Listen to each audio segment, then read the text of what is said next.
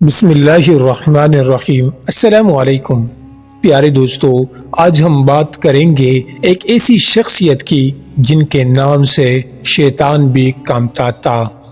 جی ہاں، ہم بات کر رہے ہیں حضرت عمر بن خطاب رضی اللہ عنہ کی، جنہیں نبی کریم صلی اللہ علیہ وسلم نے فاروق کا لقب عطا کیا تھا۔ فاروق یعنی حق و باطل میں فرق کرنے والا۔ حضرت عمر رضی اللہ عنہ قریش کے قبیلہ بنو عدی سے تعلق رکھتے تھے۔ آپ کا شمار عرب کے پڑھے لکھے اور بہادر لوگوں میں ہوتا تھا۔ اسلام لانے سے پہلے آپ اسلام کے سخت مخالف تھے، یہاں تک کہ ایک دن آپ نے نبی کریم صلی اللہ علیہ وسلم کو قتل کرنے کا ارادہ کیا۔ ایک دن حضرت عمر رضی اللہ عنہ تلوار لے کر نکلے کہ محمد صلی اللہ علیہ وسلم کو قتل کر دے۔ راستے میں ایک شخص نے ان سے کہا، پہلے اپنے گھر کا حال تو دیکھ لو، تمہاری بہن اور بہنوئی اسلام لا چکے ہیں۔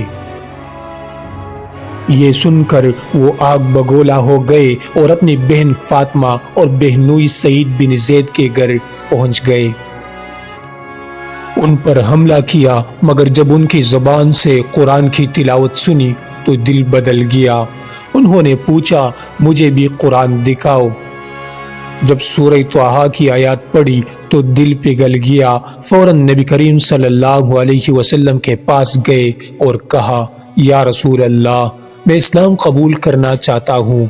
نبی کریم صلی اللہ علیہ وسلم نے خوشی سے فرمایا، یہ عمر ہے جس کے لیے ہم نے دعا کی تھی۔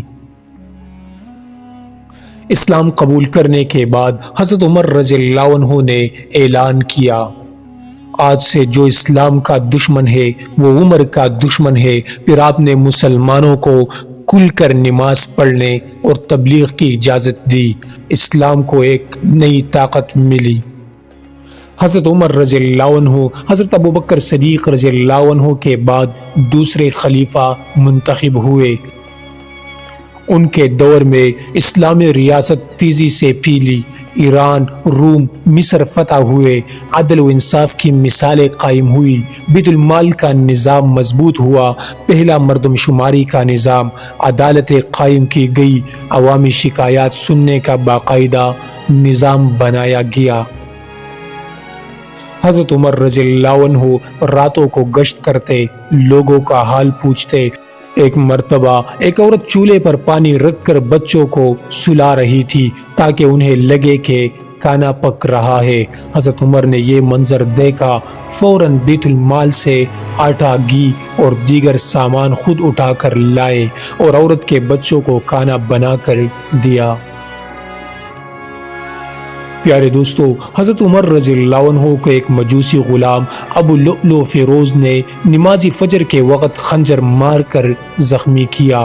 3 دن کے بعد آپ شہید ہو گئے اور نبی کریم صلی اللہ علیہ وسلم اور حضرت ابوبکر رضی اللہ عنہ کے پہلو میں دفن ہوئے۔ حضرت عمر بن خطاب رضی اللہ عنہ کا دور عدل، قوت، علم، حکمت اور تقوی کا نمونہ تھا۔ ہمیں ان کی زندگی سے سیکھنا چاہیے کہ کسی طرح ایمان، طاقت اور انصاف کو ساتھ لے کر چلا جا سکتا ہے۔